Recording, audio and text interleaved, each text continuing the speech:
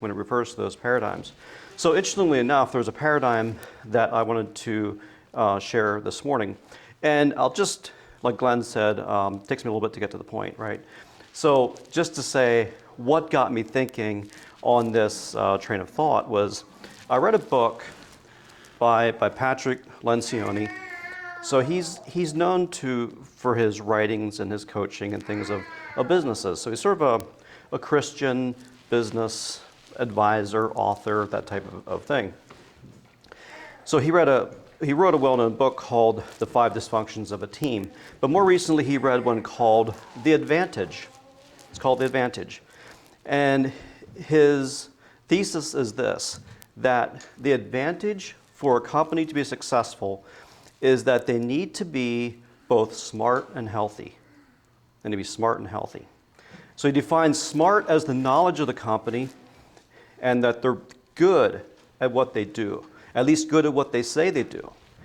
And he defines health as the culture of the company. How do they do it? Is it a good place to work? And he says that all successful companies are both smart and healthy. And he defines smart as being they're good at strategy. In fact, maybe I can just plug this in here. Will this just come on, Glenn, if I plug this in? All right. So defines smart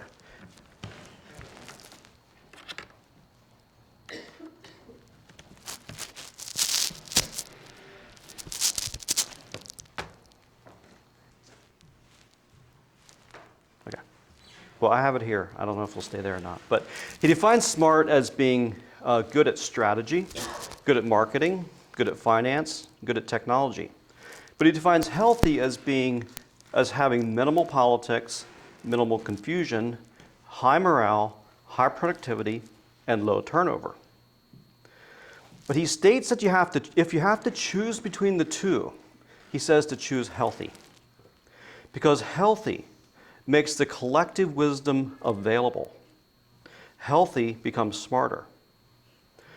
But smart, unhealthy people live in their own world, and the collective wisdom is unavailable to them. Unhealthy organizations almost always fail. Unhealthy organizations, even if they're smart, eventually fail. The point is to choose to be healthy. So this was in a business context, and to me it seemed to be kind of profound. So I was wondering about if there's some sort of smart, healthy paradigm for the followers of Jesus. And then I thought about what Jesus said in Matthew 10. And he says, I'm sending you out as sheep among wolves. Be therefore wise as serpents and harmless as doves. So Jesus gives us this interesting paradigm of smart and healthy, just like grace and truth, reverence and godly fear, salt and light. Jesus gives a harmless, a wise and harmless paradigm. So he tells us to be wise and harmless. What's the context of wise and harmless? Well, this was in the context of sending the 12 out from Matthew 10. And they were to go out to preach the kingdom, to heal the sick, to cleanse lepers, to raise the dead, to cast out demons, and to freely share what they had been given. So that's Matthew 10 in verse 5 and going through several verses there. Interestingly enough, they were not to go to the Gentiles or even to the Samaritans. They were told only to go to the lost sheep of the house of Israel. So who are these lost sheep of the house of Israel? Well, we can only speculate, but they were their people. They were Jews. They were people of Israel who had lost their way. And Jesus said to go out among them, you need to be wise and you need to be harmless. So maybe these Israelites were disillusioned by the self-righteous Pharisees, or maybe they were too self-righteous for the Pharisees. Maybe they had lost faith in God, or maybe they had lost faith in the people of God. Whoever they were and why they were lost is unknown. But Jesus said, I'm sending you out like sheep among wolves. Be therefore wise and harmless. Just wise as a serpent and harmless as a dove. So in part, you can know who these people were by their actions. Jesus warned them. He says, beware of men. Interesting what he says here. He says, behold, I send you out as sheep in the midst of wolves. Therefore be wise as serpents and harmless as doves. But beware of men, for they will deliver you. So think about a snake, how, not a harmful snake, not a poisonous snake, but you know how snakes slither off when you come close to them? They're good at getting out of the way. They kind of scare you a little bit, but they get out of the way. There's something about needing to be able to get out of the way, or something like that, very aware of the surroundings, that Jesus was pointing to. There's something about the nature of the serpent that you have to do in wisdom, but you got to be harmless in doing it. You can't be a poisonous snake. You can be harmless like a dove, right? So these people that they were going out among, you could know them because they were going to be accusatory. They were going to bring the disciples before councils. They were going to be punitive. They're going to scourge. They were going to scourge the disciples. They were going to be prosecutorial assassins. They were going to deliver the disciples up to death, brother to brother, father to father, or son to father, whatever. Jesus has the relationships listed out there. They were going to despise people. They're going to hate the disciples. See, these are people that cause harm to others and harm to themselves. Jesus said, be wise as a serpent and harmless as a dove. They were like sheep among wolves, but he didn't advise them to be lunch for the wolves. Okay, go out there, just be lunch, fall prey to the predator. It's not what Jesus said. It's a different paradigm. He gave them a different lens to view themselves through. Wise as a serpent, but not a poisonous one. Harmless like a dove. Something about the nature of a serpent and its awareness of its surrounding, its ability to quickly slither out of harm's way that you're going to need. You'll need that kind of wisdom. But in employing the wisdom of the serpent, we must be harmless. Harmless like a dove. Why must we be harmless? Frank Reed says this, and if anybody's following that channel called Developing as a Servant, I think there's 30 presentations on that now. I highly advise you to follow that. I think I have listened to every one, and I need to go back and listen to every one again. Just incredibly insightful. Frank Reed says that hurt people hurt people. And like Saul, unhealthy men throw spears. Unhealthy people throw spears. It would take special wisdom and harmlessness to walk among hurting people and not to cause harm when the lost ones of Israel act out of their lostness. Jesus said, be wise and harmless. So with this paradigm, I created some attributes of what I think a wise person or a wise organization would be, and then some corresponding unwise attributes. Also created a list of harmless actions and attributes versus ones that cause harm. And this, of course, by no means is exhaustive, but maybe it can serve as a primer to your own thinking or collective thinking about what it means to be both wise and harmless. And two that we heard about this morning that I didn't mention, Sheldon had mentioned gratitude and forgiveness. Those are two very important ones that I don't have on my list here, so I made a mental note to add two to this list later. So thank you for that, Sheldon. So here's a list of wise versus unwise attributes that I think that we could think about.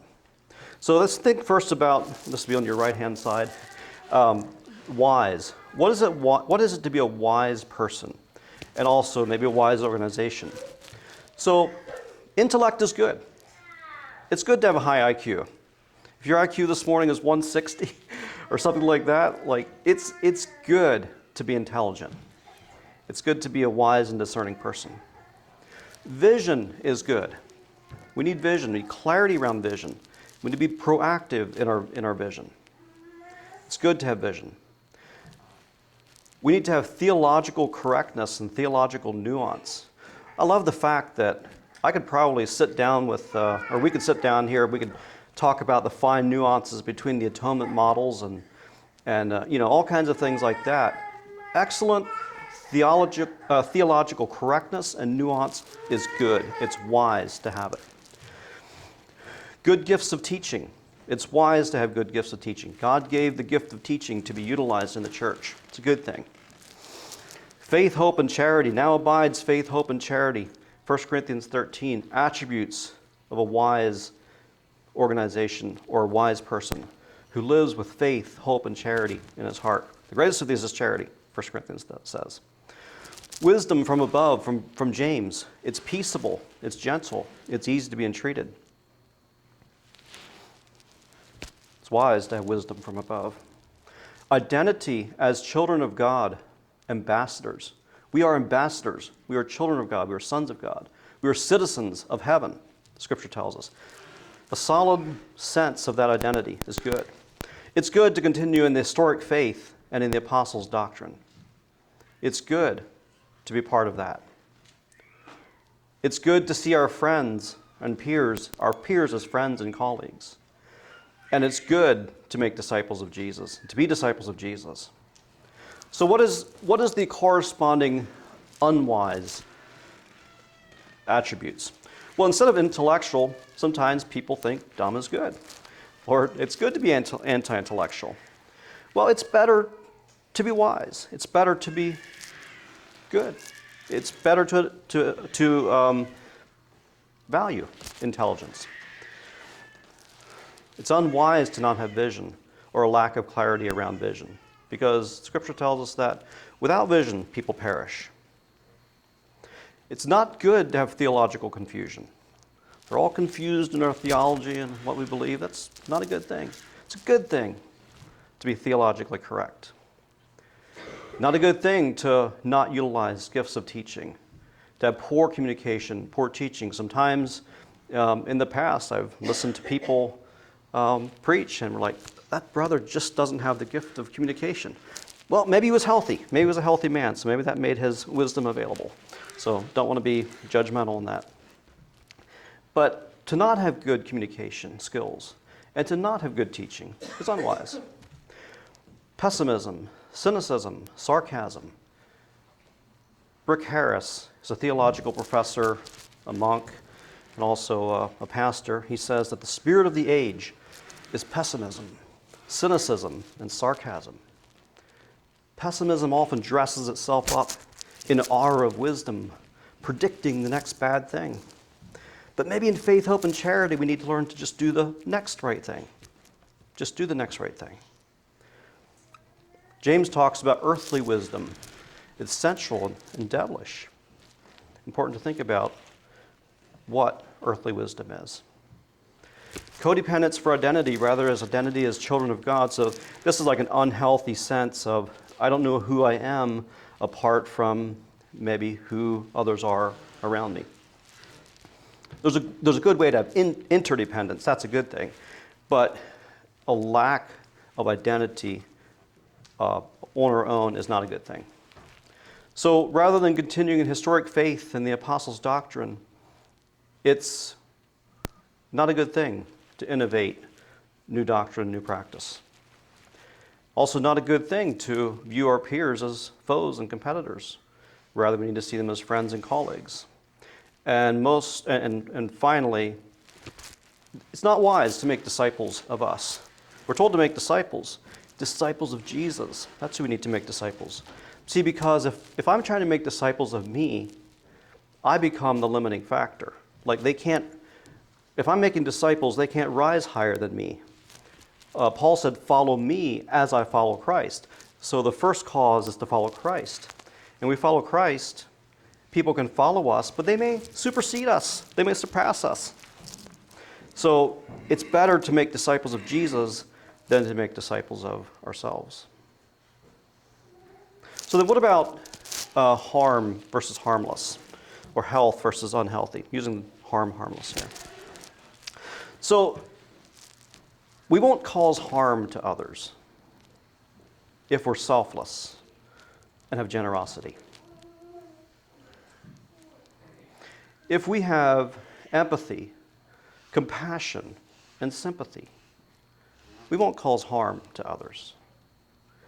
If we can learn to see the world through others' eyes, we won't cause harm. If we have community and connection, we won't cause harm. If we have good interdependence, mutual reliance on each other, we won't cause harm. If we hold up a righteousness of God's standard, the righteousness of God's standards, or righteousness by God's standard, we won't cause harm to others. If we can be vulnerable, if we can have vulnerable trust, not predictive trust. Predictive trust is my wife knows that I will pretty regularly get home between 6 and 6:30 for the evening meal. And I can predictively trust that she will probably have a meal ready. That's trust. That's predictive trust. Vulnerable trust is where I can trust you enough to be open, real, and raw. I can let my heart out. We won't be harmless. We won't cause harm. We'll be harmless if we choose healing and growth. We won't cause harm if we learn how to do good, healthy conflict. And we won't be harmful if we can learn to create framework around healthy discussions. Maybe this belongs in the smart category. These are probably a little bit, arbitrary on my part here. So, in interest of growth and growing, I would actually, would actually desire your input as to how this could be improved. But frameworks for healthy discussion. If we learn, we won't cause harm. We'll be harmless if we can learn to use frameworks for healthy discussion. We won't be harmful. We'll be harmless if we learn to wrestle with ideas. Wrestle with ideas. We can be harmless and wrestle with ideas. And we can be passionate, and we can have intensity. We can do all of that without harm and not cause harm. But what about, how is it that we cause harm to self and others? Well, if we're selfish and self-centered, we're going to cause harm to self and others. If it's me first, we just will. If we're judgmental, that causes harm to self and others. And if I can only see the world through my own eyes, I'm going to cause harm to others. I'll give you a couple examples of what I mean by this. So, as you know, I had Lyme's. So I'm technically a Lyme's patient. I have an identity as a Lyme's patient, right? But 2 years after I kind of got headed down this trail, I really feel good. I would say now, I feel better now than I have for 24 months. And I thank God for that. I got a ways to go yet, but I feel good. But that does not make me an expert on Lyme's. I got well through a combination of medical concoctions.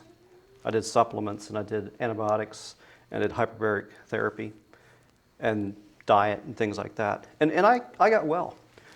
There are people who have Lyme's who do those things, and they don't get well. Just because I went through a Lyme's experience doesn't make me an expert on Lyme's. And if I assume that all of my life's experiences make me an expert on all things, I'm sorry, we're going to cause harm to others. Another one of those is weight loss. I lost about 50 pounds 6 years ago. And I've kept off 35 of those for the past 15. I'm sorry. I gained 15 back. That's where the 15 came from. I kept 35 of those off for the last 6 years. I lost 50, kept 35 off for the last 6 years. It doesn't make me an expert in weight loss. It works for me. I know it worked for me. It may work for somebody else. But it's a unique combination of my body type, and a whole bunch of things, my tastes, my desires, my lifestyle, my schedule, that work for me, does not make me an expert on weight loss. And I have run a shed business for about 24 years now, and almost 25, and we're probably moderately good at it. It certainly doesn't make me an expert on all shed companies, and for sure not on all businesses. Coronation is great with their food that they do, but it doesn't make them an expert on Chick-fil-A, right? Like, they're good at what they do, it doesn't make them an expert on all things. But when I view the world through my own eyes, that in some ways the sum total of my experiences makes me an expert on my life and your life or others around me, everyone around me, we're actually going to cause harm that way. Isolation versus community and connection. Isolation is not good. Independence instead of interdependence. Independence, my way or the highway. That causes harm. And Americans are good at that. Christians are good at that. And I'm good at that. It's not healthy. Self-righteous. Setting up righteousness by our standards of what righteousness looks like versus what God's righteousness looks like. We can cause harm to others by using self-righteous standards of judgment. Defensiveness. Results of unhealed wounds. Frank Reed says that our wounds make us defensive. He gives the example of the time when he had damaged his knee, and his little children would come running to jump on his lap, and he would hold them off because he had a hurt knee. His physical wounds kept his children away from him physically. But our mental and spiritual and emotional wounds can make us defensive, and we can keep people away and out of our lives because of those wounds. Defensiveness is an interesting thing, and it's something that I know about. And the guys at Hometown, they'll know that we have actually shared presentations with the guys there about defensiveness, and yet I find myself as naturally very defensive. And I actually had a conversation with an older brother that I admire a lot and would look up to as a role model. I talked to him about the fact that I'm concerned about my own defensiveness. And I gave him kind of what the stimuli is that results in defensiveness. There's a certain type of stimuli that results in defensiveness. And he helped me think through a paradigm of why that might be and what I can do about it. And so we need to learn about what it is that makes us defensive. I need to learn what makes me defensive and begin to actually, because we're defensive, we can actually harm ourselves and others. And often the things that make us defensive are actually the things that when we're trapped by abuse or past trauma. And in my case, what I was talking to him about was there was a particular type of stimuli that happens because it did happen multiple times, and it was always because of a certain underlying thing. And he helped me to see that, well, it's not always that way. Just because the stimuli that comes into your life is this doesn't always mean the underlying motivation of the stimuli is the same. And therefore, it's not fair to always respond in the same way. So, but I think this is a big one. And I think, again, I'm going to recommend Frank Reed's talks on developing as a servant. Very, very helpful. He talks a lot about the effects of abuse and the effects of trauma in our lives, and how when we have been hurt, how we often turn around and hurt others, and how we're trapped, many times trapped by those things. And it causes that defensiveness. Often it causes that ability to only see the world through my own eyes. So looking at those red flags and analyzing them and growing past them, choosing healing and choosing growth is the way out. Manipulative control rather than healthy conflict. Talking past each other. We can cause harm when we talk past each other. And we can cause harm when we wrestle each other rather than ideas. And we can cause harm when we live with agitation, passive aggressiveness, and anger. Being passionate and intense can be a good thing, but when it becomes agitation, passive aggressiveness, and anger, we can cause harm to ourselves and to others. So there is probably a lot more that could be added to these lists. These are the ones that I put together. I'd actually be interested in hearing more from you. Put together a little schematic of what Patrick Lencioni was saying about smart versus healthy, thinking more in terms of wise versus wise and harmless. So in the top right, in a position of success, we need to be both wise and harmless.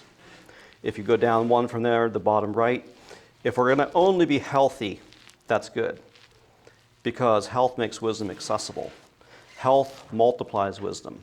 It's actually the multiplier of wisdom. It's a predictor of success. If we're healthy, we're likely to become wiser and successful. However, if on the left side, your left, yeah. If we're unwise and causing harm, there's a good possibility of failure because the collective wisdom is not available. And if we're both unhealthy and unwise, failure is pretty much guaranteed. But this morning, what we need to do is we want to choose wisdom. Scripture says, if any man lacks wisdom, let him ask of God. So this wisdom, the wisdom of God, that which can make us wise, is available to us. We can also choose to be harmless and healthy. Jesus came to bind up the brokenhearted with both health and healing. So both wisdom and harmless are needed for the mission this morning, for the mission of our lives, the mission of our church, mission of our communities, mission of the people of God. We need to choose both wisdom and harmlessness. Of course, as I mentioned, there's other paradigms. This is not the end-all, be-all paradigm. There's others like grace and truth, salt and light, reverence and godly fear, those types of things. But this morning, I just wanted to share my thoughts here surrounding being both wise and harmless.